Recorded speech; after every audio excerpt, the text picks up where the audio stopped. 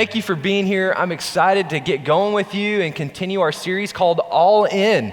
As we're calling the whole church, we're going to be all in, and it's been a great experience so far. Man, last week was awesome. Can we just give a clap for last week? Yeah? Man, you know, I don't know about you guys, but man, it was just an incredible Sunday. I mean, from my seat, watching all of us from the bottom floor all the way to the balcony, all come down and say, you know what, God, I don't know what you have for me. I don't know exactly what it looks like, but I am all in. And man, it was powerful. It was a powerful morning. And I would say we have really made some big steps toward being all in, right? That's our goal, that we'd be all in with God, that we'd be all in with one another, that we'd be all in for our community and for the world. And last week was a huge step towards doing that. And so, man, I am thrilled. I am thrilled about that. Now, I want to remind you of what we talked about a couple weeks ago, okay? And that is that Satan does not like progress. He doesn't like it.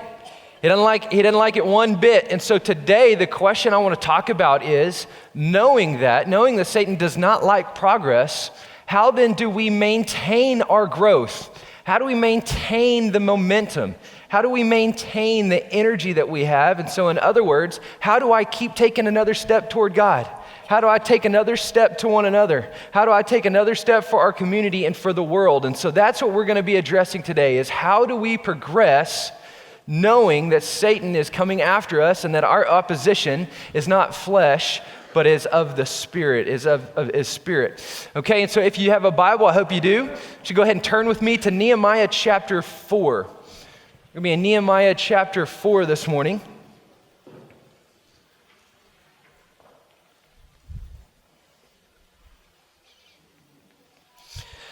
So in Nehemiah chapter 4, there's about 5 things that I think we can learn from the life and leadership of Nehemiah. And I don't know why, but over the last 4 weeks, it seems like it's always 5 things. I promise you one day it won't be 5.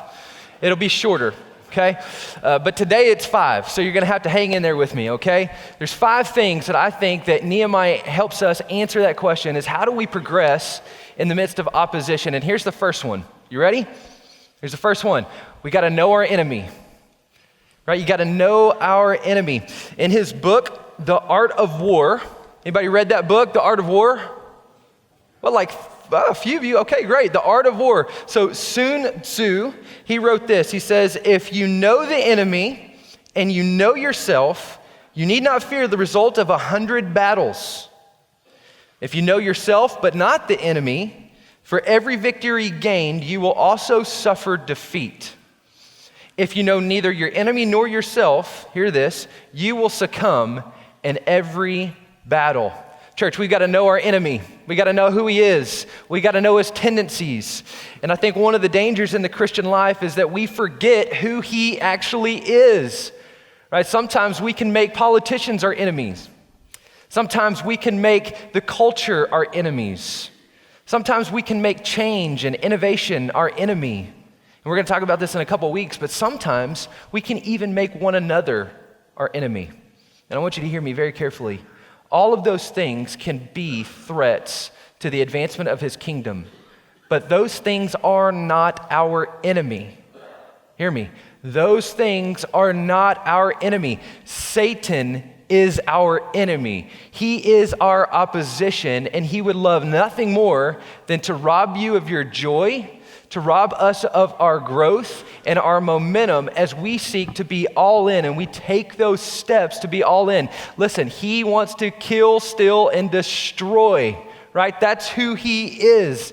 In fact, in 1 Peter 5, verse 8, Peter, he kind of helps us see who our enemy actually is. He says this. He tells us, he says, be sober-minded. He says, be watchful. He says, your adversary, the devil, prowls around like a roaring lion. I don't know about you. I don't know any friendly roaring lions. Seeking someone to devour. So again, Peter, he helps us identify that our enemy is Satan himself. And I want you to notice what he says. He says that he prowls around like a roaring lion. He's not friendly, right? He looks for someone vulnerable in whom he can devour. There's at least 2 things you need to glean from that. First and foremost, Satan is not for you. He's not for me. He's not for us. He seeks to kill, steal, and destroy. That's why he exists, is to rob us of being all in, to prevent us from being all in. But secondly, like a lion who attacks his prey, you very rarely see him coming until it's too late. Right? That's how temptation works, isn't it? Right? Very rarely, right, when I'm wading into the waters of temptation, maybe you recall Psalm chapter 1, as I'm walking and then I'm standing and then I'm sitting. By the time I'm sitting, it's too late. Oftentimes our opposition gets us and we don't even realize it until we're already going, oh my gosh, what have I done? What have I done? Our enemy does not play fair. And so we need to know who he is. We need to identify him as such. And then number two, here's what we need to do. We need to know his tendencies. And guess what? This is great news, church. This is great news because Satan has tendencies. It's like getting his playbook before a football game. Like we can know his tendencies. Look with me in chapter 4, verse 1. In chapter 4, verse 1 of Nehemiah, the text says, now when Sanballat, when he had heard that we were building the wall, listen to this, he was angry and greatly enraged. Listen, as we take steps to being all in, Satan's not thrilled about that. He is angry. He's angry, he's enraged. And so Sanballat jeered at the Jews. Verse 2, and he said in the presence of his brothers and of the army of Samaria, what are these feeble Jews doing? Will they restore it for themselves? Will they sacrifice? Will they finish up in a day? Will they revive the stones of the heaps of the rubbish and burn ones at that?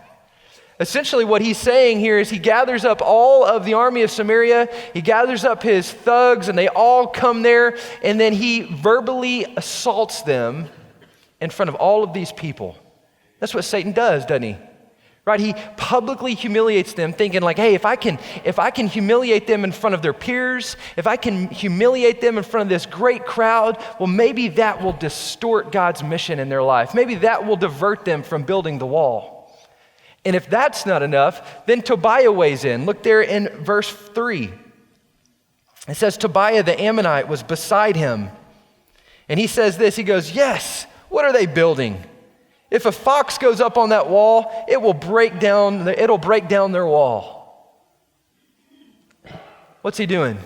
He's publicly ridiculing them, humiliating them in front of everybody. And so Satan's first attempt to divert their progress is through verbal abuse. It's verbal abuse. But you know what I was thinking in my own life? I don't know about you. Maybe you can relate to this. But verbal abuse is one thing, right? Being publicly bullied is tough. No doubt about that.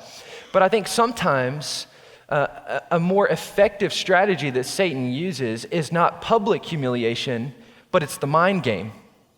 It's when he uses our own thoughts against us. Things when we like when we say things like this, well, I'm not good enough, or I don't fit in here. Well, this is not the place for me. I don't look like these people. I don't have what it takes. Man, if they only knew what I struggled with, or man, how can I ever be used of God? Man, if they knew my stuff, if they knew all the baggage that I had, that I'm carrying, surely I couldn't be used. Well, I'm not really loved. I don't have value. I mean, God can't use me. What do I have to offer? I'm too young or I'm too old. But I want you to hear me this morning. Those are not words, those are not phrases of God, those are phrases of the enemy. Right? Those are not God's words in your mind. Those are not your own thoughts. Those are the words of Satan putting into your mind to divert your progress in the Lord, to divert your joy, to divert your mission of being all in. And thankfully, here's the way we fight this. Here's the way we fight this. We identify that, and then we replace it with what is true. And so I want to remind you this morning of what is true. Paul, writing in Ephesians chapter 1 specifically, he reminds us of what is true. He says, if you're in Christ this morning, then you are chosen. He says, you're chosen. You're holy. I want you to hear that. You're holy. When God looks at you, he sees you through the lens of Jesus. You are holy. You are beloved. You were adopted. You are redeemed, you are forgiven, and thank God you are sealed by the power of the Holy Spirit this morning. Those are the thoughts that are true of you. And so we fight with faith in what is true, not what is false. So Satan, he begins with verbal abuse, public humiliation. Secondly, this is what he does. Satan attacks through division. He attacks through division. You'll see that in verse 7. The text says, when Sanballat and Tobiah and the Arabs and the Ammonites and the Ashdodites, when they heard that he was repairing the walls of Jerusalem and that it was going forward and that the breaches were beginning to close, they were angry. And so what do? Look what they do. And so they plot together to come and to fight against Jerusalem to cause, hear this, confusion in it. So when verbal attacks don't work, when that mental mind game doesn't work, here's what Satan does. He creates confusion and seeks to divide you and me. If I can divide them from God, if I can divide them from one another, guess what? He wins. He wins. As a kid, I loved competitive athletics. I love competitive sports. I still do. And one of the things I learned early on in my short athletic career, very short athletic career, is that if I can create confusion on the other side of the court or on the other side of the field, here's what would happen. They almost always would turn against themselves. And you know what happened then? If they turn against themselves, you know what happens? I win. We win. They're defeated. They're defeated. Satan would love nothing more than to come into our walls, come within our ranks, and to create confusion and division with you and me. And I want you to hear this. I want you to hear this. If our enemy can pull us apart and divide us, the mission is lost, and you and I are in trouble. Here's why. A divided people are a defeated people. I want you to remember that. A divided people are a defeated people. Like those double D's? Divided, defeated. Secondly, on the other hand, a unified people are an unstoppable people. Unified people, unstoppable people. Third pattern of our enemy is physical attack.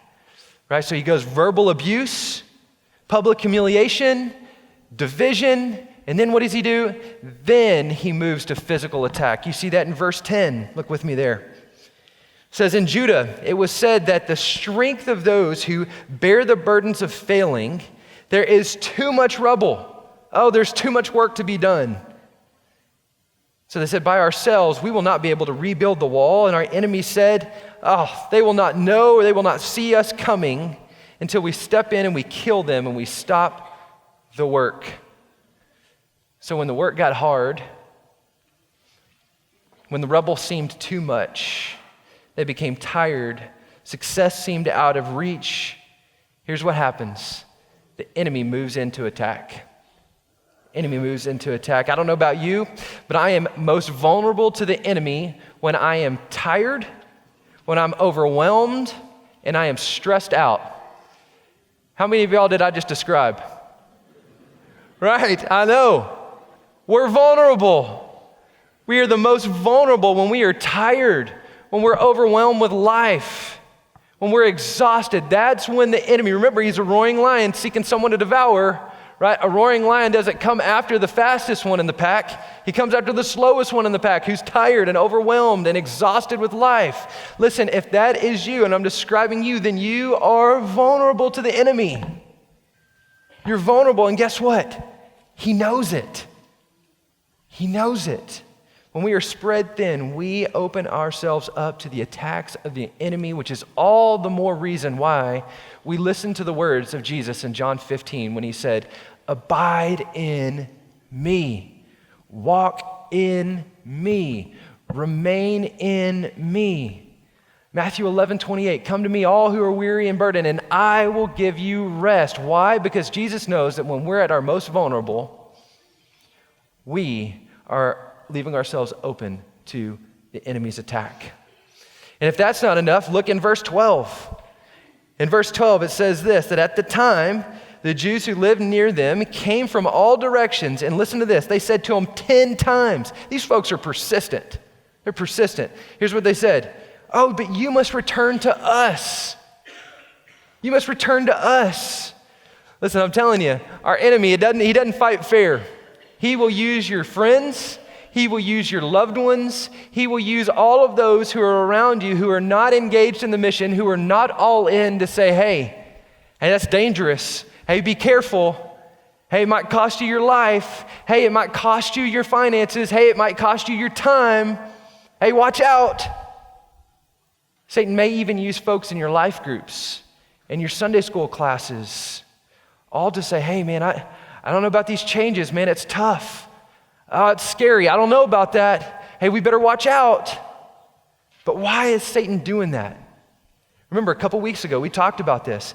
It's because a comfortable and a complacent people are not a threat to him. He will use your friends. He will use your family. He will use your loved ones, all to say, hey, watch out. Hey, be careful. Oh, man, keep that comfort. I wouldn't give that. Don't do that, right? Satan can even use the people that are close to us to divert us and distort his calling in our life. And so in order to sustain our progress against the enemy, here's the deal. We need to know him. We need to know his tendencies, but then also, guess what? We got to know how to respond. How do we respond to that? And that's point number 3. Number 1, here's what we've got to do. We've got to fight on our knees. We've got to fight on our knees. I want you guys to see this. This is really, really, really cool. This is really neat. In verse 4, I want you to see how Nehemiah leads the people to respond to the opposition that they're facing. In verse 4, here's what Nehemiah does. He leads the people onto their knees into the presence of God. Experiencing public ridicule, Nehemiah prays for God's justice, and he asks him to make the wrongs right. He recognizes that, hey, this is not my battle to face. It's not my battle to fight. This is God's battle to fight, and he's already got the victory. And praise God for that. But then in verse 9, you also see something really neat there. When they experience division and physical attack, guess what Nehemiah does? He leads the people to pray for protection over God's people. Listen, what we can learn from Nehemiah is really what Paul tells us in Ephesians chapter 6, verse 12. And Paul, when he tells the church, he's encouraging them to fight against the enemy, and he says this.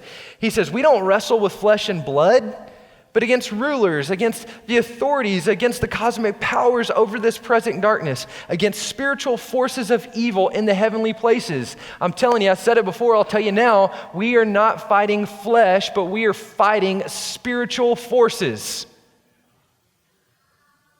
And our first weapon of attack is prayer, and then we wield the sword.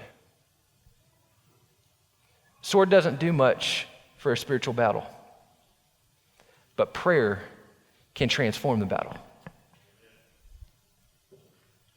So we fight on our knees.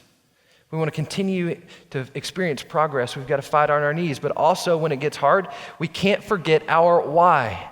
We can't forget our purpose. And so point number 4 is that we've got to remember our purpose. Do you know why you get up out of bed every morning? Have you ever thought about that? What's the first thing that goes through your mind when you hop up out of bed, you put on your shoes, and you get ready for your day? What's the first thing that goes through your mind? What's your why? Why do you breathe? Why do you go to work? Why do you serve your family? Why do you go to school? What's your why? What is it that motivates your life? Well, what Nehemiah is going to show the people of Israel is that when it gets hard, it's our why.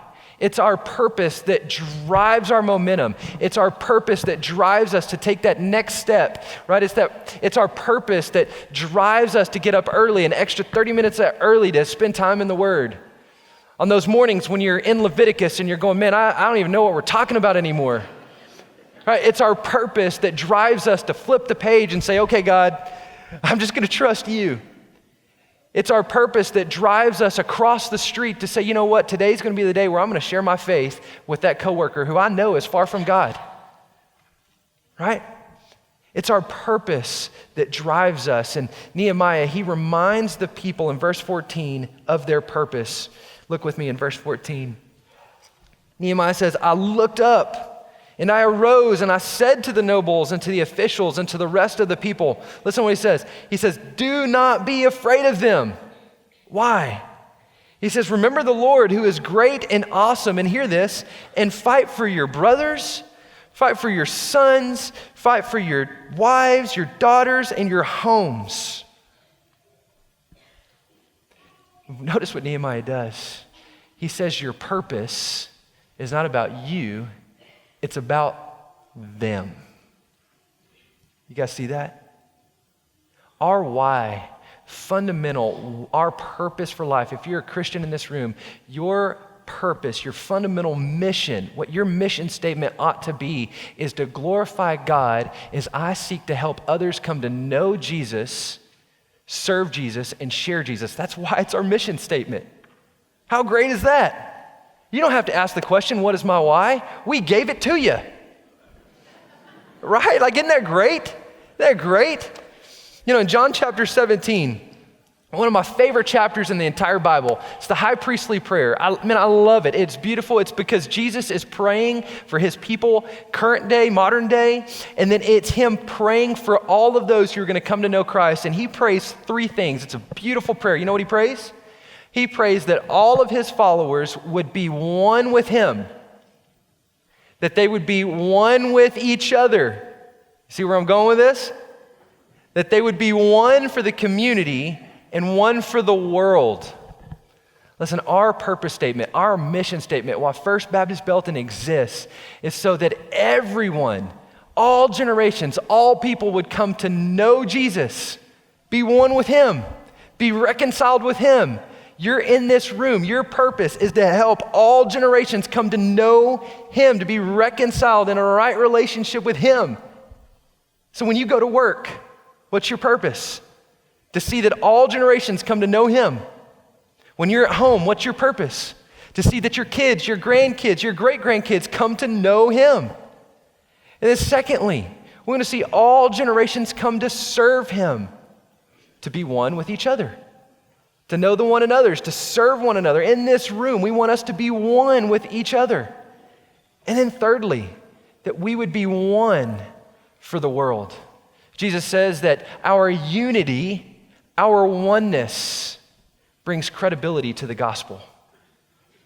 If we're divided, what do? We diminish the gospel. But when we're united, remember, a united people is an unstoppable people. When we're united, we are unstoppable. We are an unstoppable force to be reckoned with. And Satan is no match. He's not an opponent. He can't even get in the ring with you and me when we're united. Oh, but when we're divided, well, we're defeated. We're defeated. And so here's the last point for you, and this is what I want you to remember.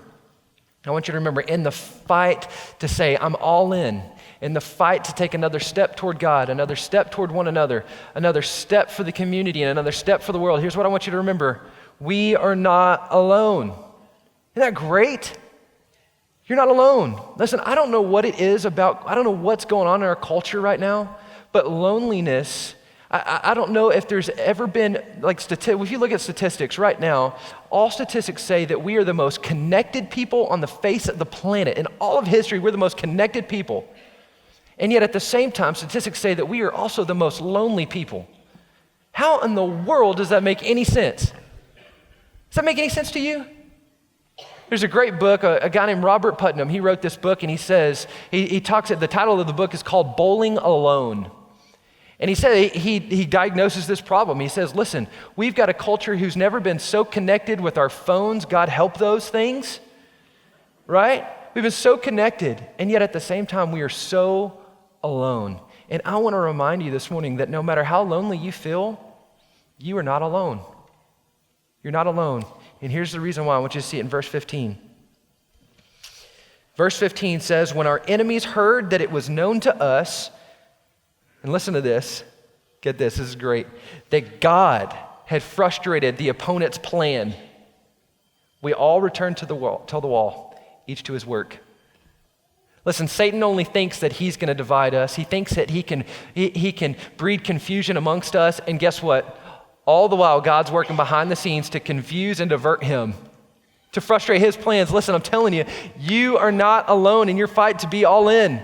I am not alone. We are not alone. It is God who fights our battles.